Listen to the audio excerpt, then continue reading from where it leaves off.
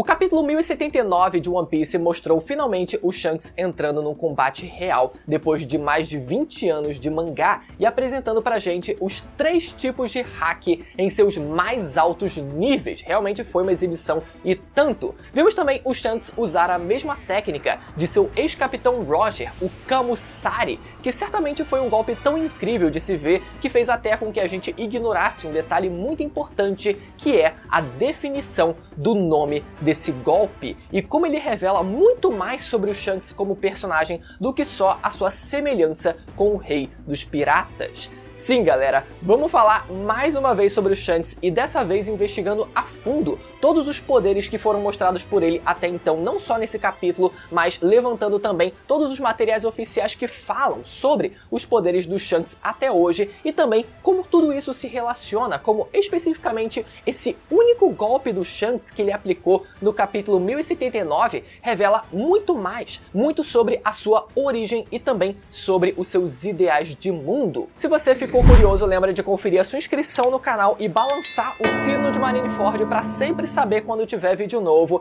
e dessa forma ainda ajudar o canal que está na contagem regressiva para a marca de 700 mil inscritos e eu vou dar o update para vocês. Tá faltando menos de 8 mil inscritos no momento em que eu tô gravando esse vídeo, então lembra de conferir a sua inscrição para não perder vídeo nenhum e aproveita para deixar a sua recomendação do que a gente pode fazer para comemorar os 700 mil inscritos aí nos comentários. Vamos então falar sobre o homem mais próximo de ser o Rei dos Piratas. Pelo menos é isso que o Vivrecard do Shanks ele descreve, o Ruivo, né? O seu Vivrecard ele diz que não existem piratas tão livres quanto ele e que se formos definir o Rei dos Piratas como a pessoa mais livre do mundo, então nós podemos dizer que o Shanks é aquele mais próximo dessa posição. O que é muito curioso, já que essa é uma definição que parte da interpretação do próprio Luffy, né? Já que o próprio Luffy considera o homem mais livre do mundo como aquele que seria o Rei dos Piratas, mas que é uma definição que não se aplica exatamente na prática como aquele mais próximo de ser o Rei dos Piratas, já que no momento em que a gente teve essa definição do Shanks, o Shanks ele não possuía nenhuma cópia dos Road Poneglyphs e até no momento atual da história ele possui 2 cópias dos Road Poneglyphs, o que ainda coloca ele atrás do próprio Luffy, que possui 3 cópias dos Road Poneglyphs, mas se a gente fosse estender um pouco mais essa definição do Shanks ele ser aquele mais próximo do título de Rei dos Piratas ou até mais próximo do próprio Rei dos Piratas Gold Roger, a gente poderia fazer uma relação um pouco mais livre aqui e aqui até faz mais sentido pra gente, né? A gente viu como o Shanks ele herdou o chapéu de palha do próprio Roger, a gente viu como o Shanks ele possui um estilo de luta idêntico ao Roger, pelo menos até onde a gente viu, né? E até quem sabe possuindo o mesmo nível de poder do Rei dos Piratas, né? Essa é a expectativa pelo menos que a gente tem de ver o Shanks sendo o próprio Roger em batalha, coisa que a gente não teve a oportunidade de ver tão a fundo assim, além do Shanks ser aquele que pode andar livremente pelo mundo de One Piece, seja adentrando no navio do homem mais poderoso do mundo, que era o navio do Barba Branca, seja adentrando o quartel-general da Marinha e parando a guerra de Marineford, seja adentrando a terra sagrada de Marijoa e negociando diretamente com os Gorosei. Então, se a gente fosse estender toda essa definição do Shanks ser aquela pessoa mais próxima, seja do título de Rei dos Piratas, seja a pessoa mais próxima do conceito e do que era o próprio Rei dos Piratas Gold Roger e até partindo da definição do Luffy como o homem mais livre do mundo, em todos esses casos o Shanks ele parece se encaixar. Já no capítulo 1079 do mangá de One Piece vimos o Shanks apresentar os 3 tipos de hack nos seus estados avançados. Primeiro, o seu hack do Conquistador, que a gente já sabia que era capaz, definido até pelo próprio Oda, que era capaz de apagar os 100.000 Homens-Peixe na Ilha dos Tritões se ele estivesse no lugar do Luffy. E a gente viu no final do arco de Wano como seu hack do Conquistador foi capaz de afetar até mesmo o espírito de um almirante da marinha, que foi o Ryokugyu, que apesar de não ter conseguido apagar o almirante, né, o que seria um desrespeito praticamente, ainda assim foi capaz de afetar o seu espírito. Além disso, vimos também uma outra característica do seu Haki do Conquistador, que é a capacidade de anular Haki da observação, até mesmo aqueles mais avançados, aqueles que conseguem prever o futuro. Essa foi uma habilidade atribuída ao seu Haki do Conquistador, que a princípio a gente não sabia exatamente do que se tratava, se era uma questão dele conseguir intimidar os usuários de Haki da Observação a ponto de fazer com que eles se desestabilizassem, a ponto de fazer com que eles não conseguissem se concentrar no uso do Haki da Observação e isso fizesse com que eles não conseguissem prever os movimentos do Shanks, mas isso se trata, na verdade, da capacidade do Shanks conseguir ocultar a própria aura, ocultar o próprio espírito e fazer com que um usuário de Haki da Observação mais experiente não possa ser capaz de prever as intenções do Shanks. Vimos também no capítulo 1079 como o Shanks ele é capaz de usar o seu Haki da Observação no estágio avançado. Além dele próprio conseguir anular observações alheias, ele também consegue prever o futuro. E a gente viu isso sendo feito, né, dele conseguindo prever toda a frota de aliados dele sendo dizimada pelo golpe do Eustace Kid. A gente só não sabe exatamente quantos segundos ele consegue prever no futuro, inclusive a gente sequer sabe quantos segundos o próprio Charlotte Katakuri conseguia prever no futuro. Se eram cerca de 5 a 10 segundos, a gente não tem uma noção exata e a gente também não tem uma noção exata de quantos segundos o Shanks consegue prever no futuro, mas a gente sempre tem a expectativa de que seja algo superior à previsão do próprio Katakuri. Somado a isso, existe também uma hipótese de que o Shanks, ele quem sabe possa ter lampejos de um futuro muito mais distante do que essa previsão absoluta de meros segundos no futuro. Assim como a Madame Shirley lá na Ilha dos Tritões, ela conseguia ter previsões do futuro de forma inconsciente, né? Ela não conseguia prever o futuro exatamente, mas ela, através da sua capacidade como uma espécie de médium, conseguia receber informações do futuro que ela não controlava e não tinha uma noção exata do que ia acontecer, mas ela conseguia receber essas informações. Pode ser que essa seja uma habilidade atribuída ao Haki da Observação, e isso seja também algo presente no próprio Shanks. Isso baseado em como o Shanks ele parece sempre se preocupar com o futuro mais distante. Ele se preocupa com o avanço da Nova Era, ele se preocupa com o Luffy diretamente, ele se preocupa com os avanços do Barba Negra. Então será que isso é uma mera interpretação dele próprio no momento atual, ou será que ele também teria a capacidade de saber o que mais ou menos aconteceria no futuro, quem sabe assim como a Madame Shirley fazia? Além disso, existe também a possibilidade do Shanks ele ser capaz de ouvir a voz de todas as coisas, assim como o seu capitão também conseguia fazer. Lembrando que o Roger ele conseguiu descobrir a localização do Poneglyph de Skype quando eles atracam na ilha de forma tão fácil, porque ele conseguia ouvir a voz daquela pedra, ouvir a voz de todas as coisas, né? Por isso que foi tão fácil. E quando a gente volta pro final do arco de Wano, quando a gente vê o Shanks, ele amedrontando, né, usando o seu Haki do Rei para afugentar o Almirante, ele também executa algumas palavras, né, de ameaça. E a gente não sabe exatamente se o Almirante ele foi capaz de ouvir aquelas palavras ou se foi só pra gente ter uma perspectiva, né, saber exatamente o que o Shanks ele estava sentindo e querendo expressar naquele momento, mas talvez o Almirante não tivesse ouvido aquelas palavras diretamente. Mas se o Almirante ele conseguiu ouvir, pode ser que seja parte desse conceito da voz de todas as coisas, porque ainda durante o arco de Wano a gente viu como o Luffy ele conseguiu se comunicar telepaticamente com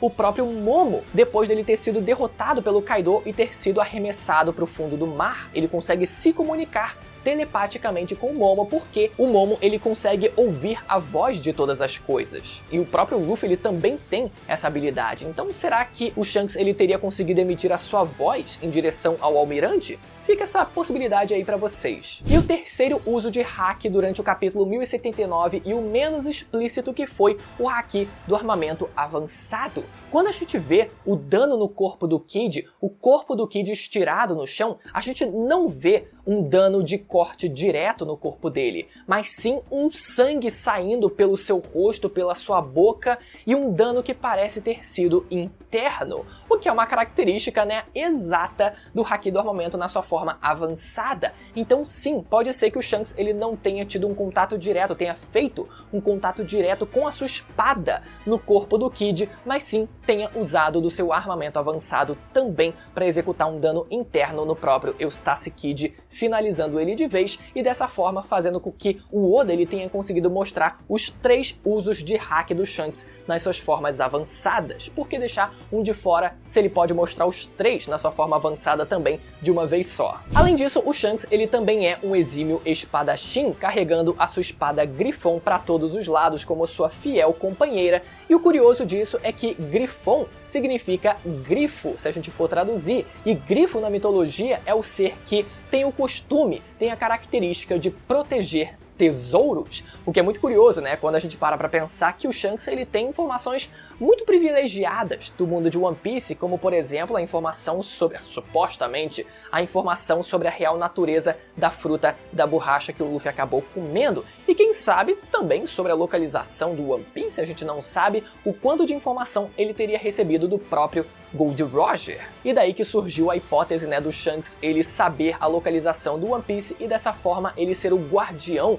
do tesouro One Piece, esperando a pessoa ideal para encontrá-lo, mas isso é só hipótese mesmo. E a gente viu no capítulo 1079 como, através da sua espada, ele usa o golpe chamado de Kamusari, que traduzindo significa partida divina ou rejeição divina, pelo menos essa é a tradução oficial que a gente tem, o que é muito curioso, né, porque quando a gente para analisar os kanjis que formam o nome desse golpe, tem uma nuance um pouco diferente do que essa tradução ela entrega pra gente, porque quando a gente para pensar na partida divina, meu amigo,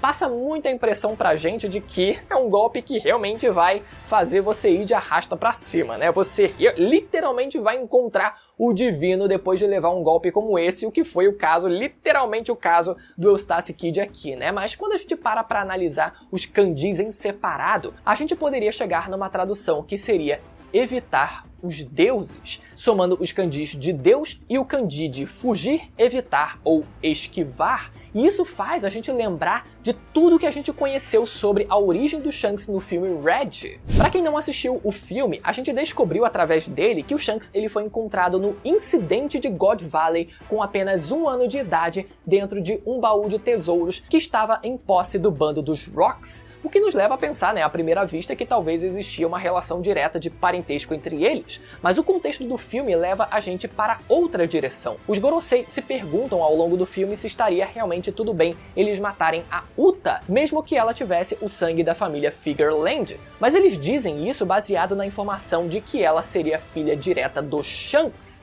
Então o Ruivo é quem carregaria o sangue de uma das 20 famílias que fundaram o governo mundial, e por isso seria um problema os Gorosei executarem alguém dessa linhagem. Pelo menos é isso que o contexto entrega pra gente, que o Shanks ele sim seja de uma família nobre e de uma das 20 famílias que fundaram o governo mundial, e isso justificaria toda a autoridade que ele apresentou ter até o momento na história, tendo entrado no quartel-general da Marinha e tendo tido a autoridade para encerrar uma guerra, e também tendo entrado na Terra Sagrada de Marijoa e tendo conversado diretamente com os Gorosei, sendo que tanto os Gorosei quanto os Sengoku, eles só disseram que iriam acatar o pedido do Shanks pelo fato de ser o Shanks. Só que quem é exatamente o Shanks? Sim, além de ser um Yonkou, um pirata extremamente poderoso, alguém que teria uma linhagem de sangue real. E quando a gente volta ao nome dessa técnica do Kamusari e a sua definição, seja de rejeição divina, ou seja de rejeição aos deuses, ou de evitar os deuses, quando ela é aplicada pelo próprio Roger, passa uma interpretação pra gente de que ele rejeita os deuses por ser um D, ou seja, a rejeição divina, partindo do Roger, é uma rejeição por ele ser um inimigo natural dos deuses. E quando o Shanks utiliza essa mesma técnica do Kamusari, da rejeição divina, passa uma impressão suavemente diferente de que o Shanks evita o seu lugar como um deus no mundo de One Piece. Ou seja, cada um rejeita os deuses, evita os deuses por um motivo diferente. O Roger por ser um D diretamente e o Shanks por ser um deus diretamente, mas ele não querer assumir esse papel. A gente ainda obviamente não sabe os detalhes da história do Shanks, mas a gente já pode deduzir através do uso dessa técnica que o Shanks ele não aceita voltar a ser um deus e ele provavelmente não tenha tentado voltar a ocupar um lugar como deus no mundo de One Piece, né? Voltado a assumir a sua posição como um dragão celestial. Ainda assim, ele aproveita para gozar da sua autoridade de sangue real para aplicar a sua própria agenda. Beleza, galera? Espero que vocês tenham gostado desse vídeo. Se você ficou até o final, tenho certeza que você curtiu. Então, lembra mais uma vez de conferir a sua inscrição no canal e ativar o sininho para não perder a notificação dos próximos vídeos. E agora você pode conferir os 2 últimos vídeos de One Piece que foram postados aqui no canal para você ir lá assistir. Beleza? Até a próxima. Tchau!